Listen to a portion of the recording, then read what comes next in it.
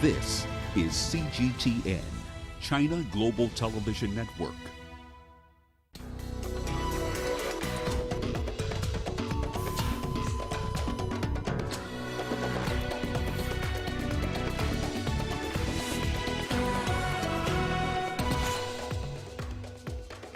Demonstrators call for a military coup as protests rock Khartoum for the second day. British police are holding a man of Somali descent over the fatal stabbing of an MP on Friday.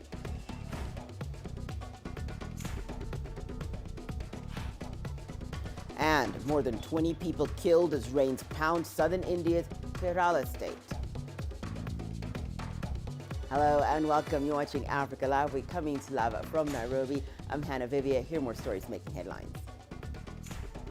In sport, tennis player Hannah Viviers sees her star rise back home in Tunisia. We begin in Sudan, where protests there have continued for a second day. Demonstrators set up tents and held a sit-in in front of the presidential palace in Khartoum. Since Saturday, they've been demanding the dissolution of the transitional government and the takeover of power by the military. Amid soaring inflation, a sharply devalued currency, and power cuts, protesters say the transitional government has failed them politically and economically. Following the overthrow of Omar al-Bashir in 2019, the military and civilian groups have been sharing power. But divisions and tensions escalated following a foiled coup attempt in September.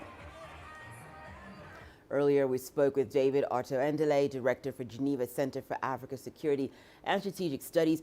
We began our conversation with how the divisions in Sudan's transitional government were likely to affect the country's path to free and fair elections. What we're seeing now is a very strange situation happening in Sudan. I mean, it's very normal to see protesters calling and condemning, a military coup. And we've also seen protesters celebrating military coup. But this is, almost very rare to see protesters calling for the military to take over from the transitional government. So it gives you an indication that the country is being pulled apart. There's a power struggle that will have a tremendous impact on the upcoming election, which, of course, according to the transitional government, is expected to be held in 2022. Again, it shows the level of chaos, which has come as a result of the what I call the legacy since the coup d'etat that was organized against longtime President Omar Bashir. Then, the problem now is about consolidation of power by the transitional government. First of all, the problem is that, the Prime Minister himself is not a neutral party, and he clearly admits that. Sudan now has different problems. One of that is its economic situation since, before and after the overthrow of Omar Bashir.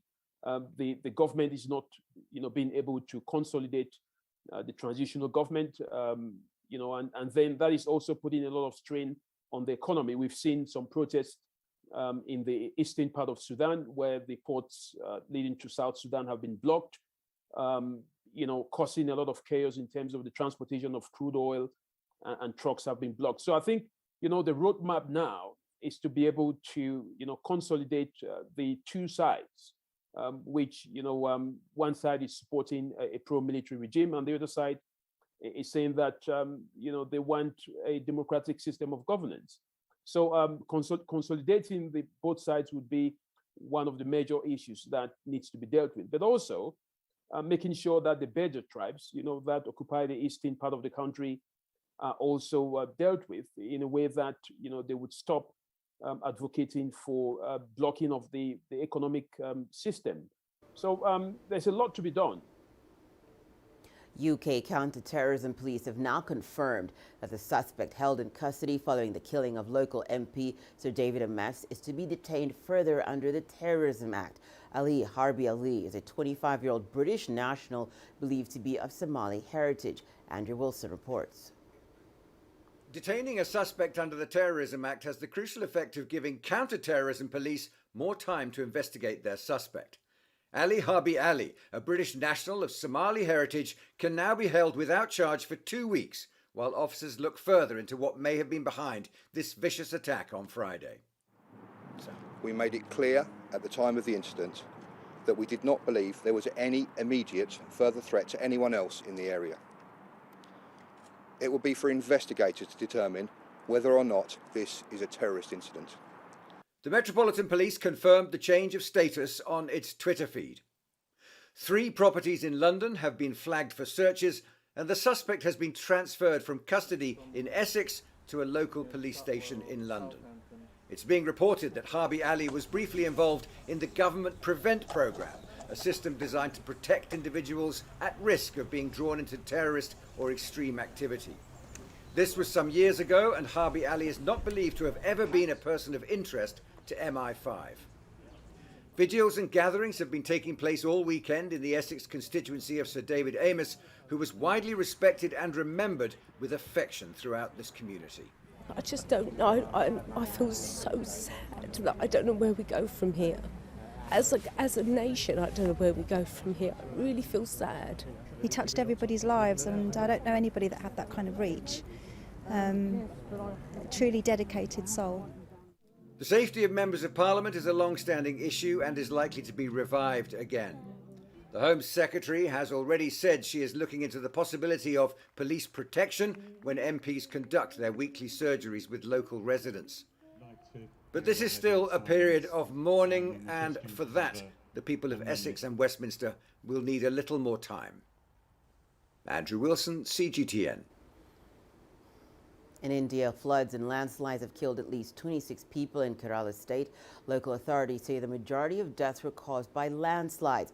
Over a dozen people are still missing. Officials have issued a red alert in 5 districts. That's India's highest flood alert level. Rescue operations are underway involving the Army, Navy, Air Force in affected areas. In Lebanon, a leading Christian cleric says the country's judiciary should be free of political interference.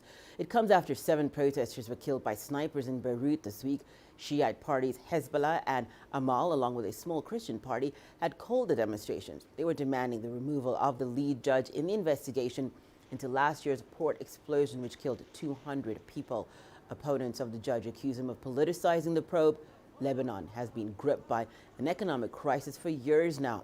Inflation continues to rapidly increase, and the country is often plunged into darkness due to irregular power blackouts. Also widespread are fuel and food shortages. Gunmen killed 7 protesters who accused the judge.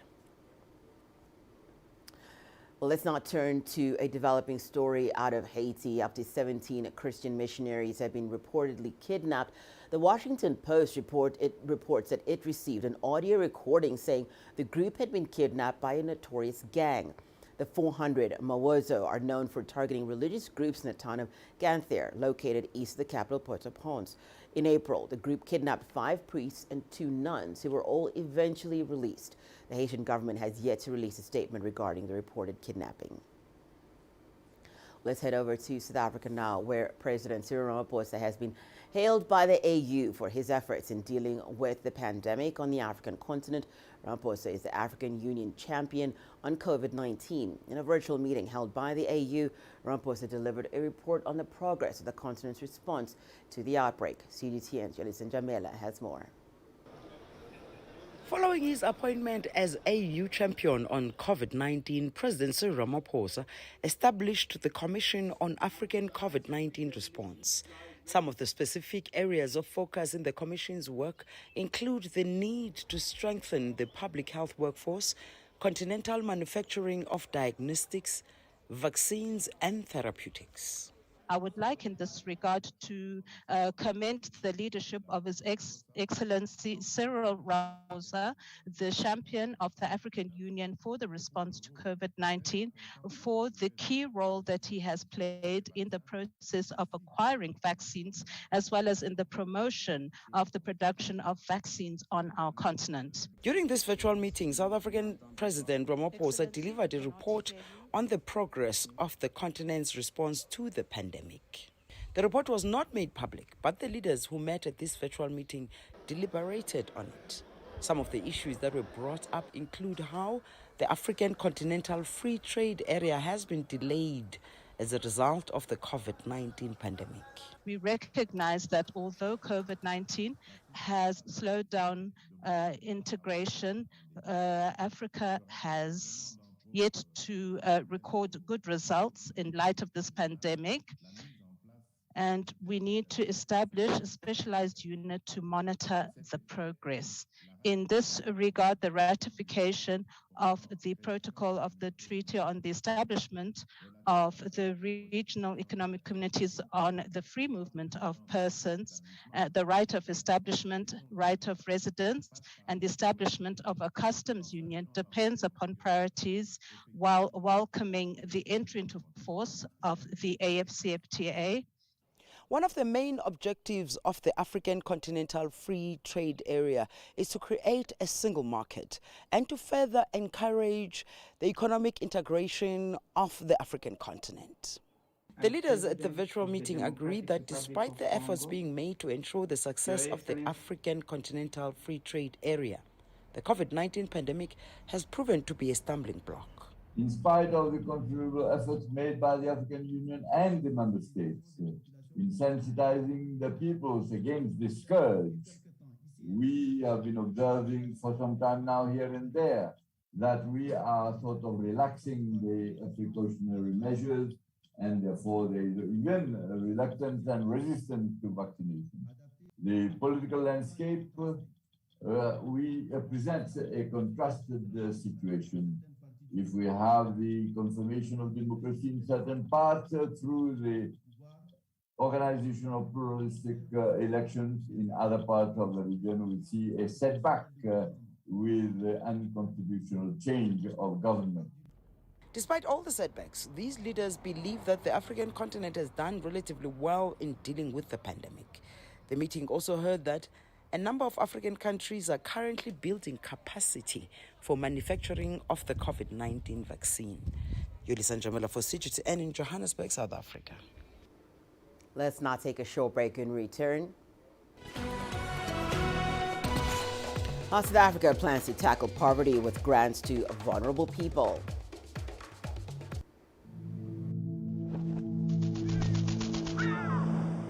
How will your world change today? What happens here? What happens there? Or what you make happen for yourself. If it matters to you, it matters to us too. Your stories are the stories that need to be told. Africa Live. Find your voice.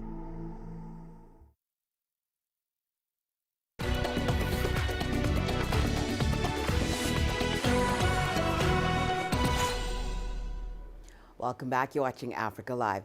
The Shenzhou 13 crew have now spent 2 days in the China space station. Earlier in the day, they entered a cargo ship that docked with the station last month. They then started the task of moving supplies into the core module. The 3 astronauts will be there for the next 6 months. They'll carry out various experiments and continue construction of the space station. Their first tasks on the station have been to make essential adjustments to their living environment. After they enter the space station core module, the first thing they need to do is to restart the drinking water equipment and make sure the water is safe. Then they need to purify the harmful gas in the module and adjust the temperature. The temperature in the sleeping area is adjustable. You can make it cooler or warmer as you wish. The 17th of October marks the International Day for the Eradication of Poverty. In South Africa, it's estimated that more than half the country's population lives in poverty. One of the government's main policies to address high poverty levels is through social security grants. CGTN Yolisa Njamela has more. South Africa continues to grapple with extreme poverty. A recently released UN Human Development Index and Human Development Report indicates that there's a substantial number of South African citizens living below the international poverty line. The report notes that about 11 million South Africans live on less than $2 a day. As one of the measures to deal with this poverty, the South African government introduced a social grant scheme. Before the lockdowns that were necessitated by the fight against COVID-19, some 17 million South Africans were relying on the social grants for household income and social security. After the pandemic hit, about 4.2 million individuals were added to that number. The latest additions are the beneficiaries of the government's special COVID-19 Social Relief of Distress Grant. At the moment, our social grant system largely goes to low-income households. The target has always been the elderly, children, people with disabilities.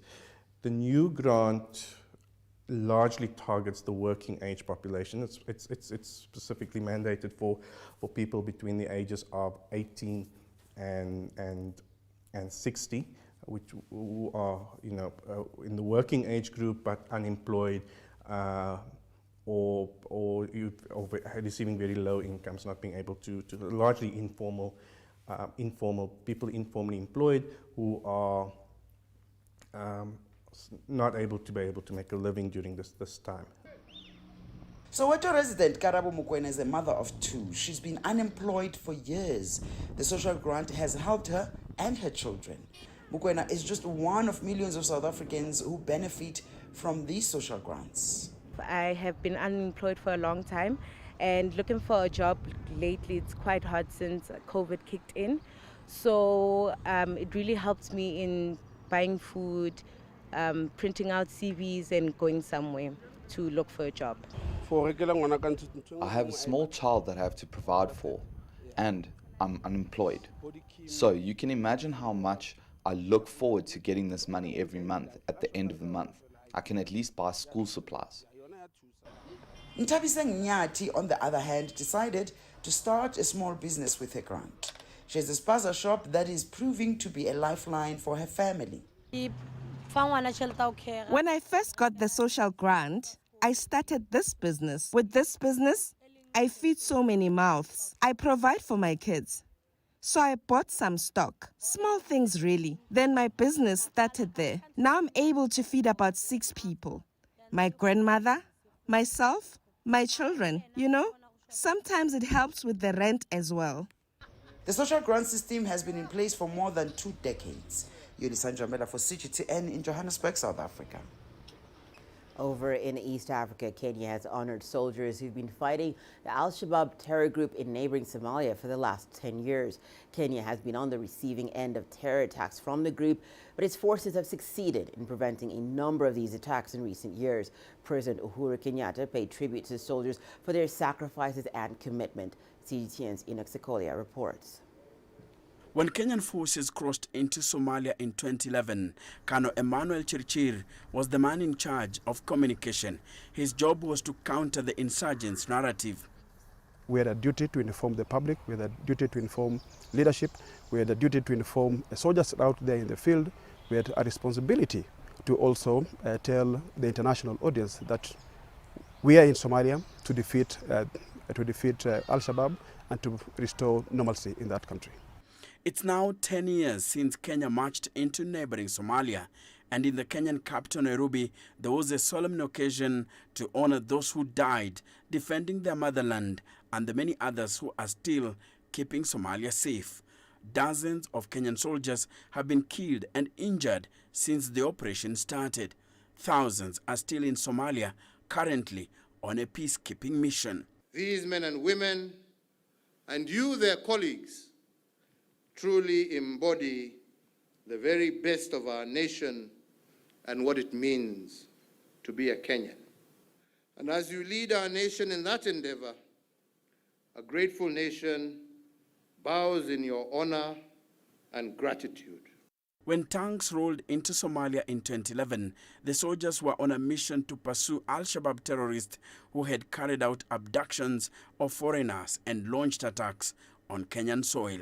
According to Mustafa Ali, an expert on counter-terrorism, these attacks were considered a threat to the country's sovereignty as they targeted the tourism sector, an economic lifeline.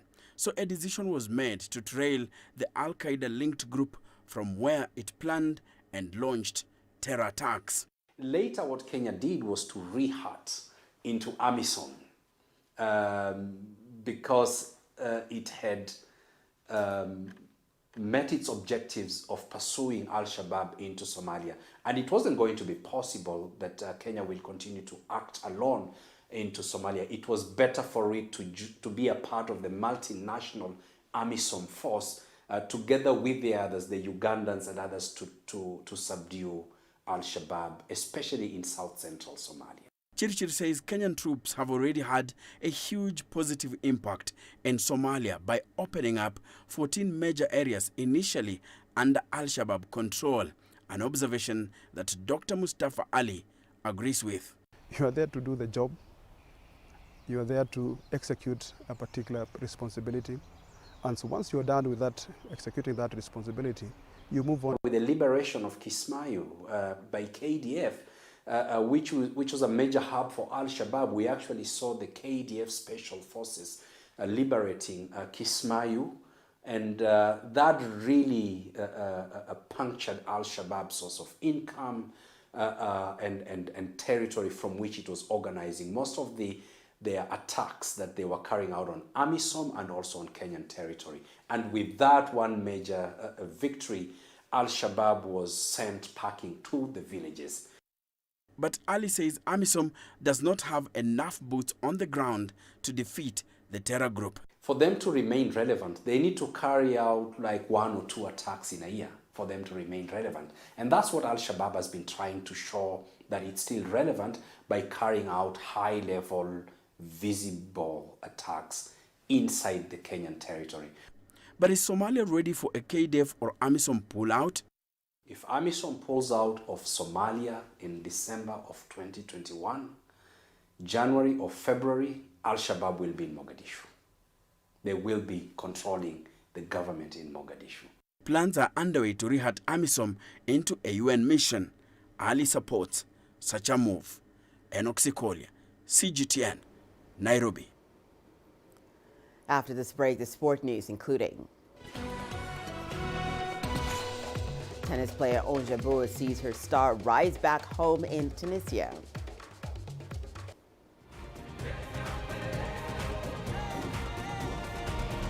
Africa Live. Find your voice.